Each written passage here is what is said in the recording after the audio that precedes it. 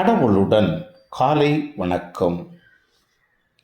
புனித மார்க் எழுதின செய்தி 7ஆம் அதிகாரம் 1 முதல் 13 வரை உள்ள இறைவார்த்தைகள். ஒரு நாள் பரிசேயரும் எருசலேமிலிருந்து வந்திருந்த மறைநூல் அறிஞர் சிலரும் அவரிடம் வந்து கூடினர். அவருடைய சீடருள் சிலர் தீட்டான, அதாவது கழுவாத கைகளால் உண்பதை அவர்கள் கண்டார்கள். பரிசேயரும் ஏன் யூதர் அனைவருமே தம் மூதாதையர் மரபை பின்பற்றி கைகளை முறைப்படி கழுவாமல் உண்பதில்லை. சந்தையிலிருந்து வாங்கியவற்றை கழுவிய பின்னரே உண்பர். அவ்வாறே கிண்ணங்கள், பரணிகள், செம்புகள் ஆகியவற்றை கழுவுதல் போன்று அவர்கள் கடைபிடிக்க வேண்டிய மரபுகள் இன்னும் பல இருந்தன.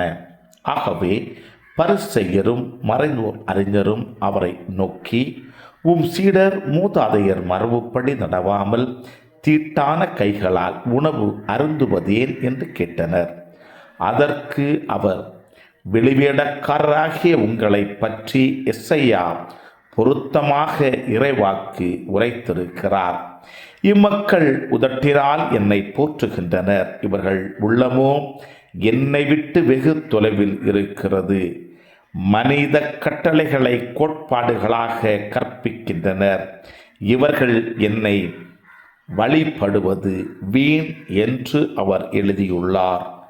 நீங்கள் கடவுளின் கட்டளைகளை கைவிட்டு மனித மரபை பின்பற்றி வருகிறவர்கள் என்று அவர்களிடம் கூறினார். மேலும் அவர், உங்கள் மரபை நிலைநாட்ட கடவுளின் கட்டளைகளை வெகு திறமையாக புறக்கணித்து விட்டீர்கள்.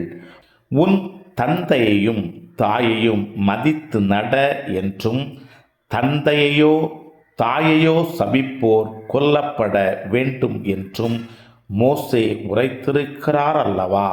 ஆனால் ஒருவர் தம் தாயையோ தந்தையையோ பார்த்து, நான் உமக்கு தர கடமைப்பட்டிருக்கிறது குர்பான் ஆயிற்று, அதாவது கடவுளுக்கு காணிக்கை ஆயிற்று என்றால், அதன் பின் அவர் தம் தாய் தந்தைக்கு எந்த உதவியும் செய்ய நீங்கள் அனுமதிப்பதில்லை.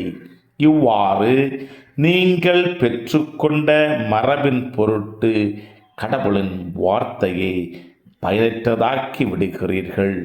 இதுபோல நீங்கள் பலவற்றை செய்கிறீர்கள் என்று அவர்களிடம் கூறினார். கிறிஸ்துவின் நற்செய்தி.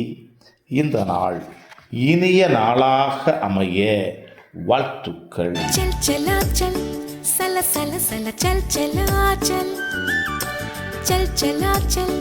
பல பல பல புதுமைகள், பெருமைகள், இனிமைகள் இறங்கிய நல்ல நாள், ஒரு நல்ல நாள், நம் தேவன் தந்த நாள். இது நல்ல நாள், ஒரு நல்ல நாள், நம் தேவன் தந்த நாள்.